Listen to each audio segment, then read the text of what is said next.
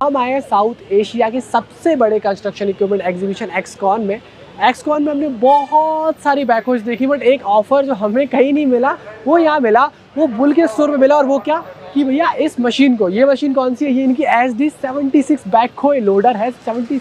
74.5 HP का एक backhoe loader है। बट अगर आप इसको चैलेंज करते हो यहाँ मौजूद किसी भी कंपनी की किसी भी बैकहो लोडर से, और अगर ये हार जाती है, मतलब 1 लीटर डीजल नहीं बचा पाती है, अगर हार जाती है तो आपको मिलेंगे 50,000 रुपये, और ये कैश लेके घूम रहे हैं जेब के अंदर। अब देखो ये कैसे हो पाता है, ये उनकी होती है ऑटोमेटिक पावर मैनेजमेंट टेक्नोलॉजी से। और देखो क्या कह रहे हैं, ये कह रहे हैं कि कोई और ब्रांड की, आप स्पेसिफिकली JCB की अगर आप 5 मशीनों को चलाओगे, उनकी 4 को चलाओगे तो आपको बराबर प्रोडक्टिविटी मिलेगी। अब देखो ऐसा नहीं है कि मतलब ये सिर्फ कोई गिमिक है या मार्केटिंग फीचर है, ये एक्चुअल प्रॉमिस है इनका। ये कह रहे हैं ये बुल प्रॉमिस है। और आप देख लो यहाँ पे कि क्या कर रहे हैं, ये 62+ कंट्रीज में बुल के प्रोडक्ट्स को एक्सपोर्ट करते हैं। और उन्होंने ओपन चैलेंज दिया हुआ है, ओपन चैलेंज। और ये उधर एक एरिया भी बनाया हुआ है जहाँ पे आप इसको चैलेंज कर सकते हो। ऐसा नहीं कि डिस्प्ले मशीन है तो चला नहीं सकते या कहीं और जाना पड़ेगा, यही कर सकते हो वो चीज़ है। और देखो क्या लिखा हुआ है कि लाइफ टाइम EMI फ्री। अब आस्क मी हाउ, तो इस वीडियो में आपको आंसर मिलेगा आस्क मी हाउ वाला, कि भाई ये मशीन जो है वो आपकी पूरी EMI को फ्री कैसे कर देती है, वो भी अगर आप 200 घंटे 1 महीने में मशीन चलाते हो तो कैसे। तो मैं रमन नायक एक्सकॉन से आपके लिए एक्सक्लूसिव वीडियो लेके आया हूँ बुल मशीन का, वो कि एक्स की। और ये इनका super smart EX plus model है जो कि अभी हाल ही में लॉन्च हुआ है, और 2024 से ये आपको सेल के लिए भी मिल जाएगा। एक चीज़ बताऊँ, किर्लोस्कर का इंजन है और कैरारो के एक्सल और ट्रांसमिशन है। तो वीडियो बहुत इंपॉर्टेंट है, क्यों? क्योंकि अगर ये मशीन खरीदती तो लगभग आपका 1 लीटर डीजल, अगर इसे चैलेंज कर रहे हैं, बच गया तो आपके लिए बहुत हैवी सेविंग्स हो जाएंगी लाइफ टाइम में, मतलब बूस्ट इन रीसेल वैल्यू। चलो वीडियो शुरू करते हैं। सामने की तरफ से अगर इस बुल मशीन को देखते हो तो ये एक बुल का लोगो मिलता है, जो कि एक्चुअली अच्छा है, मतलब ये काफ़ी शाइनिंग सा लगता है, आपको अच्छा लगेगा। और इसका जो एक्चुअली सामने से डिज़ाइन है वो काफ़ी यूनिक सा, डिफरेंट सा है। बैटरी ये लोग आगे प्लेस करते हैं और यहाँ पे एक हैवी मटेरियल दिया हुआ है। ये इससे पता है फ़ायदा क्या होता है, ये वाला जो पूरा मटेरियल, इससे फ़ायदा होता है कि थोड़ी सी मशीन में आगे की तरफ वेट ज़्यादा रहती है। इस मशीन का अगर ओवरऑल वेट की बात करें तो 8 टन का आता है, मतलब 8,000 किलो के आसपास के इस मशीन का ओवरऑल क्रैब वेट है। अगर हम आगे की तरफ से देखने की कोशिश करें तो सिंगल बीम एक्सल है, सिंगल कास्टेड है। पीछे की तरफ यहाँ पे सेंट्रल पिवटिंग है। और अगर यहाँ से बात करें तो इसमें जो आपकी ग्रीसिंग है वो करने की ज़रूरत नहीं पड़ती है, ग्रीस्ड फॉर लाइफ है, क्योंकि ये ग्रेफाइट वाला सिस्टम इसमें अंदर की तरफ होता है, तो आपको बार बार उसको ग्रीस नहीं करना पड़ता, ये अच्छी बात है।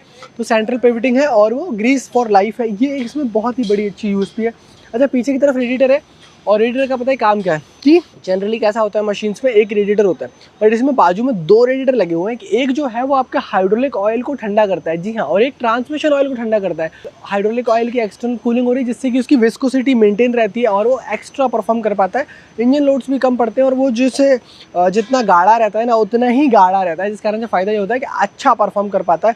अच्छा, यहाँ पे आपको ये वाला जो 76 मॉडल है इनका, SD76 जो मॉडल है, ये 74.5 HP में आता है। इसमें अगर आगे तरफ टायर की बात करो तो आपको 916 के ही टायर्स देखने को मिलते हैं। BKT के टायर्स दे रहे हैं, जो कि मार्केट में अच्छा चल रहा है, मतलब इनका रिपोर्ट बहुत अच्छा है। अब अगर यहाँ इंजन की बात करें तो यहाँ पे किर्लोस्कर का इंजन दिया हुआ है। ये आपका किर्लोस्कर का जो इंजन है वो 4R 1190 नंबर का इंजन है, और ये 4 सिलेंडर का है। किर्लोस्कर एक्चुअली ना जब BS3 थे तो बेंचमार्क था, अभी CB नॉर्म फोर्स पे आ गया है, तो भी बहुत ही बढ़िया इंजन है। इससे फ़ायदा ये होता है कि इसको कोई भी मैकेनिक खोल लेता है, एकदम बिल्कुल देसी सा इंजन है, बहुत ज़्यादा उसमें कॉम्प्लेक्स चीज़ें नहीं है, इस कारण से इंजन काफ़ी बढ़िया। और ये जो इंजन है वो एक्चुअली फ्यूल एफिशिएंट है, मतलब जो इंजन बाद में डेवलप किए गए उनके कंपैरिजन में। अगर इसके पावर फिगर्स की बात करें तो 74.5 HP की मैक्सिमम पावर आउटपुट और 300 न्यूटन मीटर का टॉर्क ये जनरेट करता है। अब यहाँ डीजल टैंक है, 115 लीटर का डीजल टैंक इस मॉडल के लिए कंपनी देती है, और यहाँ से आप डीजल वगैरह फिल कर सकते हो। अच्छा, इसमें फुट स्टेप्स भी लगाए गए हैं कि अगर इधर से इनग्रेस आउटग्रेस करनी हो, कई बार हमें ऐसा होता है कि यहाँ से चढ़ना होता है, उतरना होता है, तो आराम से आप वो चीज़ कर सकते हो। अब अगर हम सामने वाले लोडर के डिज़ाइन की बात करें तो लोडर का डिज़ाइन एक्चुअली अच्छा है। इसकी 9.7 फीट की हाइट है। जनरली आप अगर मार्केट में देखोगे तो 9 फीट से कुछ कम है, मतलब जो मार्केट लीडिंग बैकहोइस है उनकी भी 9 फीट से थोड़ी सी कम डंप हाइट है, वाइल इसकी जो डंप हाइट है वो काफ़ी ज़्यादा है, जिसकी अगर बात करें तो वो 9.7 फीट तक जाती है, जो कि ऑलमोस्ट 1 फीट ज़्यादा है। तो आपको शुरू में डीजल नहीं खर्च होगा, जो आप रैम बनाने में खर्च करते हो ना, कि चलो अब रैम बना रहे हैं 10 से 15 मिनट लग रहे हैं ताकि वो उसको प्रॉपर डंप कर सके, ये एकदम मिडिल में डंप कर सकता है। प्लस इसका जो कंस्ट्रक्शन है उसमें देखो अंदर की तरफ और बाहर की तरफ दोनों तरफ रीइंफोर्समेंट्स किए गए हैं, टियर आउट फोर्स वगैरह भी इसका ज़्यादा आता है। प्लस अगर यहाँ से इसके स्ट्रक्चर की बात करें तो जहाँ जहाँ ज़रूरत है वहाँ स्ट्रेंथ को बढ़ाने के लिए, स्ट्रेन ना पड़े इसलिए यहाँ पे रीइंफोर्समेंट्स करे गए हैं। और इसकी जो मैकेनिकल टेंशन है उसको कहीं ना कहीं रिड्यूस किया गया है। क्यों रिड्यूस किया गया है? क्योंकि वो आपका रिलायबल रहे और वो स्ट्रक्चर से जुड़ी हुई कोई दिक्कत नहीं आए। इवन अगर इसकी फ्रेम की बात करें तो वो भी मजबूत है। पीछे की तरफ आपको 2 तरह के टायर देखने को मिलते हैं, एक तो आपको 16 और 28 के टायर देखने को मिलते हैं और एक 14 और 25 के हैवी ड्यूटी इंडस्ट्रियल टायर्स देखने को मिलते हैं। इसमें भी स्टैंडर्ड वाले टायर लगे हुए हैं। अच्छा, मार्केट में जैसे कहते हैं ना पेटी पैक कैरेरो का ट्रांसमिशन, कैरेरो का एक्सल, तो इसमें कैरेरो का ट्रांसमिशन और कैरेरो का एक्सल आता है। ये वाला इस एक्सल का फायदा ये कि इसमें 3 पार्ट में ल्यूब होता है, मतलब 3 पार्ट में ऑयल होता है। तो अगर मशीन कभी टिल्ट होकर काम कर रही है तो ऐसा नहीं है कि वो बैरिंग ड्राई हो जाएगी और एक तरफ की बैरिंग खराब हो जाएगी। अगर ऐसी भी हो रही है तो उसमें 3 पार्ट्स में है, तो वो जो ऑयल है वो बीच बीच में आपका रहेगा। तो ऐसा नहीं टिल्ट होने के बाद में इस तरफ का ड्राई हो गया और इस तरफ का ज़्यादा ल्यूब हो गया, वो ऐसा कोई भी काम नहीं है। दैट्स अ कम्प्लीटली, इसलिए जो है वो इटली का सारा सिस्टम है कैरेरो का, और इसलिए वो जो है वो इतना ज़्यादा रिलायबल है, इंडस्ट्री स्टैंडर्ड है। अगर हम ऊपर से केबिन वगैरह की बात करें तो बढ़िया है। यहाँ पे स्टेज 4 लिखा हुआ है, BS 4 स्टेज है। ये super smart EX plus model इन्होंने नया लॉन्च किया हुआ है। और इसकी जो अगर आप बात करें तो यहाँ पूरा प्लेट लिखा हुआ है कि क्या कब मैन्युफैक्चर हुआ है। कोयम्बटूर में मैन्युफैक्चर होती है, तमिलनाडु के कोयम्बटूर में ये मशीन जो है वो बनती है, वहाँ इन लोगों का फैक्ट्री है। और ऊपर की तरफ बुल लिखा हुआ है। अच्छा, इस केबिन के बारे में एक बात बताता हूँ, ये ROPS और FOPS कंप्लाइंट है। ROPS मतलब रोल ओवर प्रोटेक्शन और FOPS मतलब फॉल ओवर प्रोटेक्शन, मतलब अगर मशीन पूरी भी पलट जाती है, गिर जाती है, तो भी इतना मजबूत केबिन है कि केबिन अपने में सब सह लेगा और ऑपरेटर ऐसा कैसे बाहर आ जाएगा, जो कि कमाल की बात है।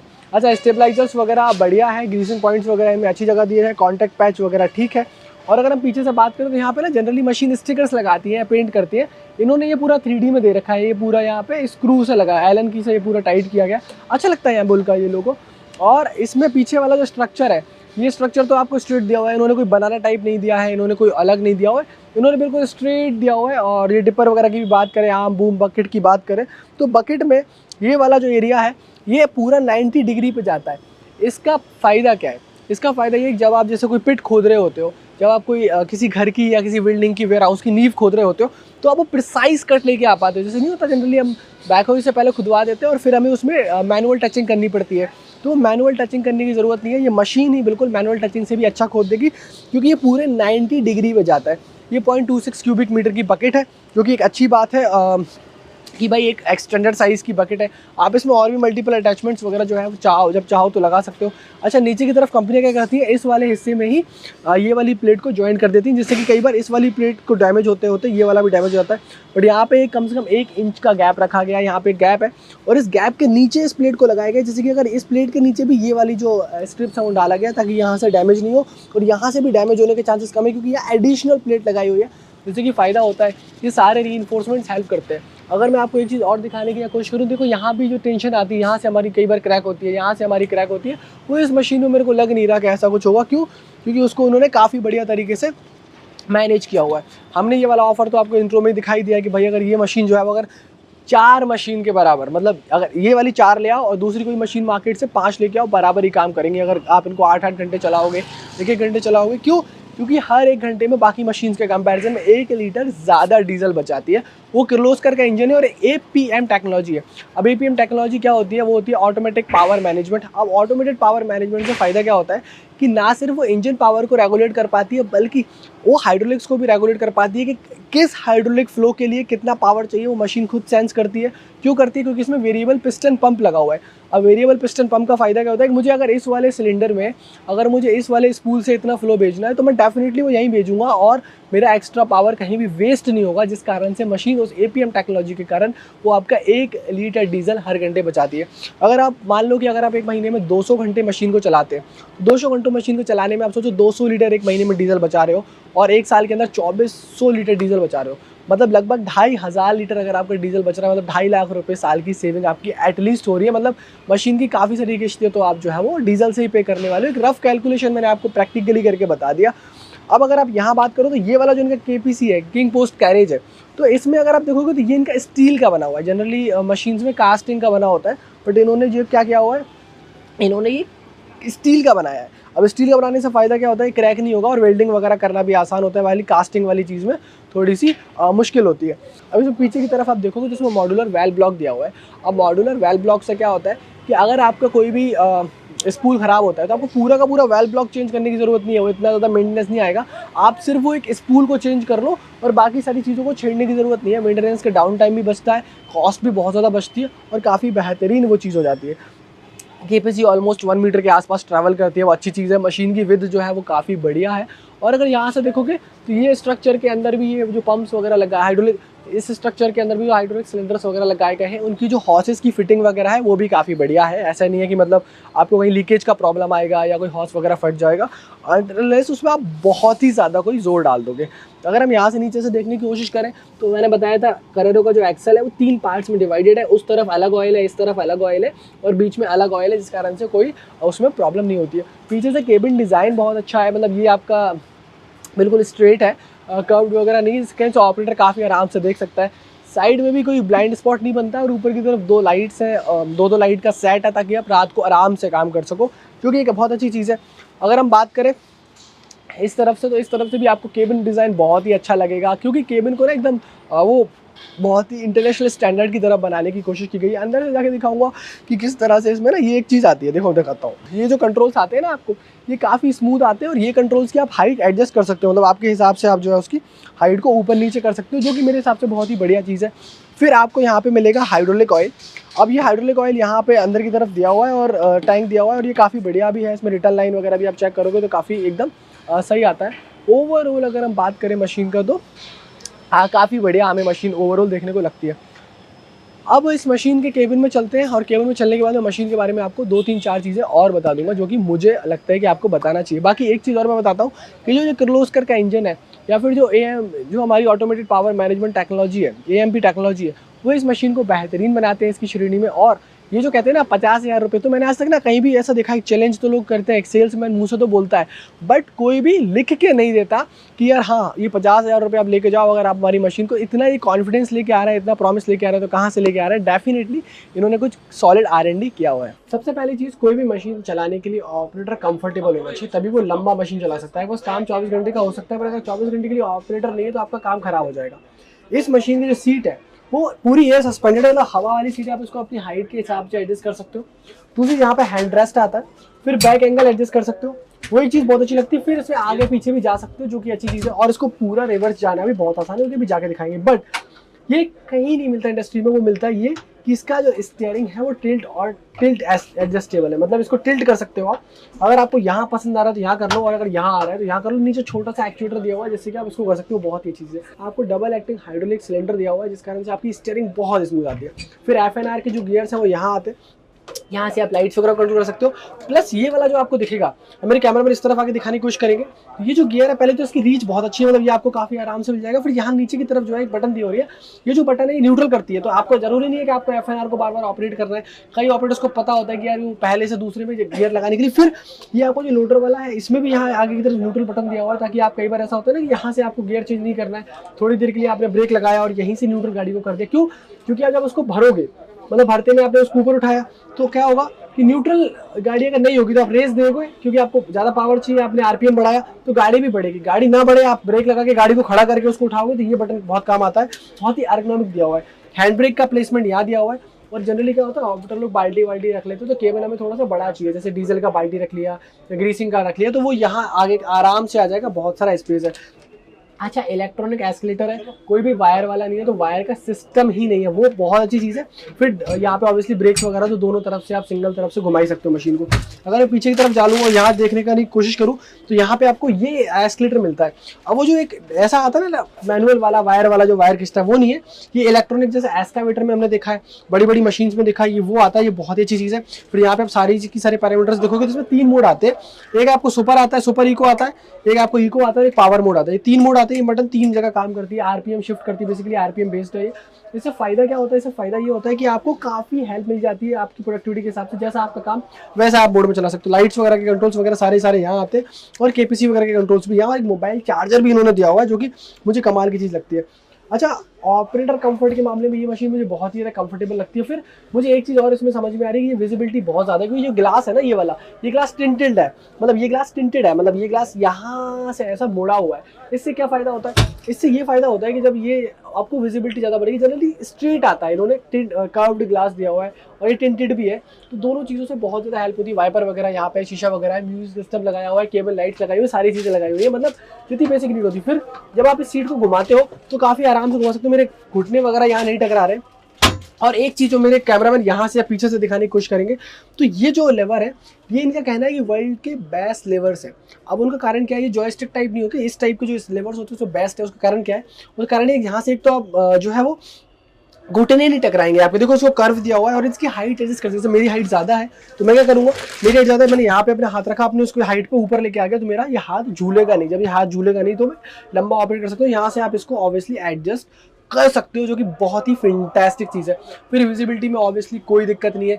यहाँ से भी आप देखो, यहाँ से भी आप देखो, बहुत ही ज़्यादा जो है स्क्वायर पैटर्न का पूरा केबल है, पूरा दिखता है। ताकि अगर आप वो जो जब प्रिसीजन कट कर रहे हो, चाहे आप किसी की नींव खोद रहे हो या आप कोई ट्रेंचिंग वर्क कर रहे हो या कोई भी आप पीछे बैकहोई से काम कर रहे हो, आराम से हो जाता है। यहाँ पे आपका स्टोरेज है, ये आपको टूल बॉक्स मिल जाएगा। कई कंपनियों में ये ऊपर से टूल बॉक्स होता है बट डीप नहीं होता, यहाँ पे गहराई बहुत है उसकी।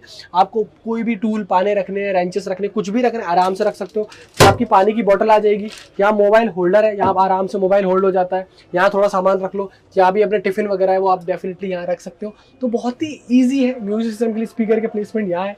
फैन भी आता है दोनों तरफ से, आप कहीं से भी चलाओगे तो वो नहीं होगा। प्लस इसमें एयर कंडीशनिंग ऑप्शनल है, अगर आप चाहो तो एयर कंडीशनिंग ले सकते हो। कई सारी मशीनें एयर कंडीशनिंग नहीं भी देती, बट ये वाली जो मशीन है वो एयर कंडीशनिंग आपको ऑप्शनल देती है। ओवरऑल बहुत ही ज़्यादा कमाल का ये जो है मुझे केबिन लगता है। और इस केबिन में देखो क्या है, ऑपरेटर कंफर्ट है। इस केबिन में क्या है, स्पेस है, जो कि ऑपरेटर की मेन नीड होती है। हेल्पर की सीट भी है, हेल्पर को वैसे बिठाना नहीं चलाती हुई, फिर भी हेल्पर की सीट है, मार्च वगैरह करके जा रहे हो डेफिनेटली आप बैठ सकते हो।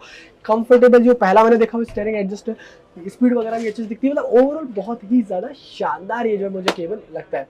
अब चलो वीडियो को कंक्लूड कर लेते हैं। तो ये कुछ था बुल की SD76 के बारे में। अब 50,000 रुपये का कोई ओपन चैलेंज अगर मार्केट में जिम में लेके घूम रहा है, मतलब डेफिनेटली मशीन में कुछ तो बात है। रिसेंटली सेल्स फिगर्स भी बढ़े हैं, लोगों ने ट्रस्ट भी करा है। फिर मुझे ट्रस्ट कहाँ आता है, मुझे किर्लोस्कर के इंजन और कैरेरो के ट्रांसमिशन पे BS3 से ट्रस्ट आता है, जो कि BS4 में कंटिन्यू है। और शायद अगर BS5 में ऐसी मशीनें लेके आएंगे तो डेफिनेटली मैं उसमें जाऊँगा, मैं उसको रिकमेंड करूँगा।